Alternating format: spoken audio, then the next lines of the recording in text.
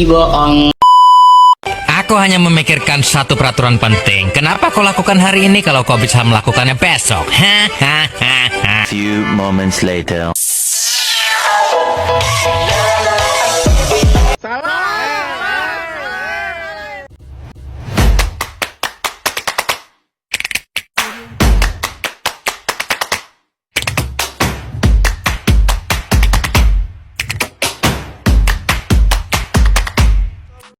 Selamat siang sahabat Saferian, kami dari kelas 12A akan membahas tentang materi indeks kebahagiaan.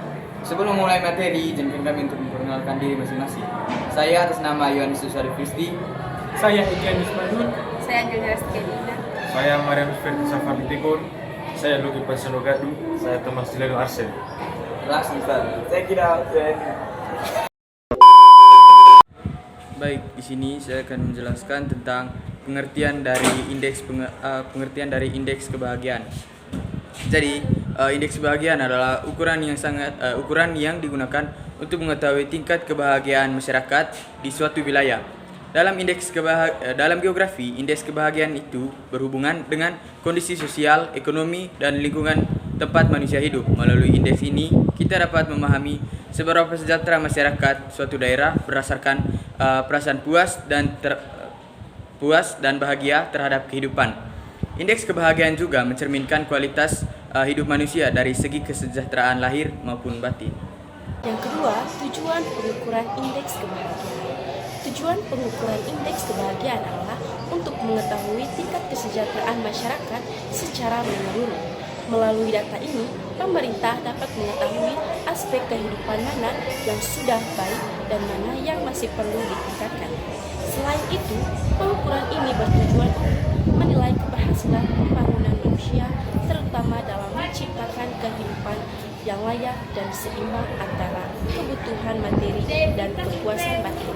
Indeks kebahagiaan juga membantu perencanaan pembangunan wilayah agar lebih berfokus pada kesejahteraan masyarakat, bukan hanya pertumbuhan ekonomi. Baik, di sini saya akan menjelaskan faktor yang mempengaruhi indeks kebahagiaan. Ada beberapa faktor yang memengaruhi tinggi rendahnya indeks kebahagiaan masyarakat. Yang pertama itu adalah faktor kondisi kesehatan, baik fisik maupun mental. Kedua, hubungan sosial yang harmonis dengan keluarga, teman, dan lingkungan sekitar. Yang ketiga yaitu faktor ekonomi seperti pendapatan, pekerjaan, dan stabilitas keuangan.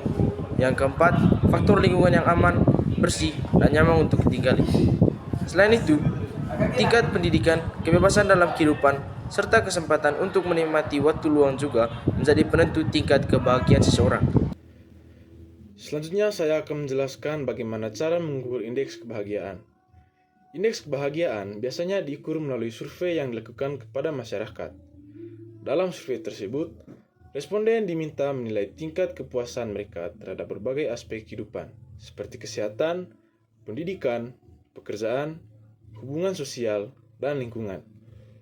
Setiap aspek diberi nilai dalam skala tertentu, misalnya dari 0 sampai 100. Setelah semua data dikumpulkan, dilakukan perhitungan rata-rata untuk mendapatkan nilai indeks kebahagiaan dari suatu daerah. Di Indonesia, pengukuran ini dilakukan oleh Badan Pusat Statistik dalam setiap beberapa tahun untuk mengetahui perubahan tingkat kebahagiaan masyarakat di setiap provinsi.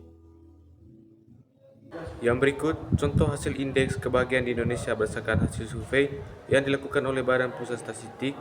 Nilai indeks kebahagiaan di Indonesia berbeda-beda di setiap provinsi. Daerah dengan tingkat kebahagiaan yang tinggi biasanya memiliki kualitas yang lebih baik, pelayanan publik yang memadai, dan lingkungan sosial yang harmonis. Sebaliknya, daerah dengan indeks kebahagiaan rendah seringkali memiliki masalah ekonomi, kesehatan, atau lingkungan. Hasil pengukuran ini menjadi bahan evaluasi bagi pemerintah dalam meningkatkan kualitas hidup masyarakat di seluruh Indonesia. Terima kasih. Jadi, kesimpulan dan makna indeks kebahagiaan. Indeks kebahagiaan menunjukkan seberapa besar tingkat kesejahteraan dan kepuasan masyarakat terhadap kehidupannya. Dalam grafis, indeks ini penting karena menggambarkan kondisi sosial dan ekonomi suatu wilayah. Kebahagiaan tidak banyak ditentukan oleh kekayaan, tetapi juga oleh kesehatan, hubungan sosial, lingkungan, dan rasa aman.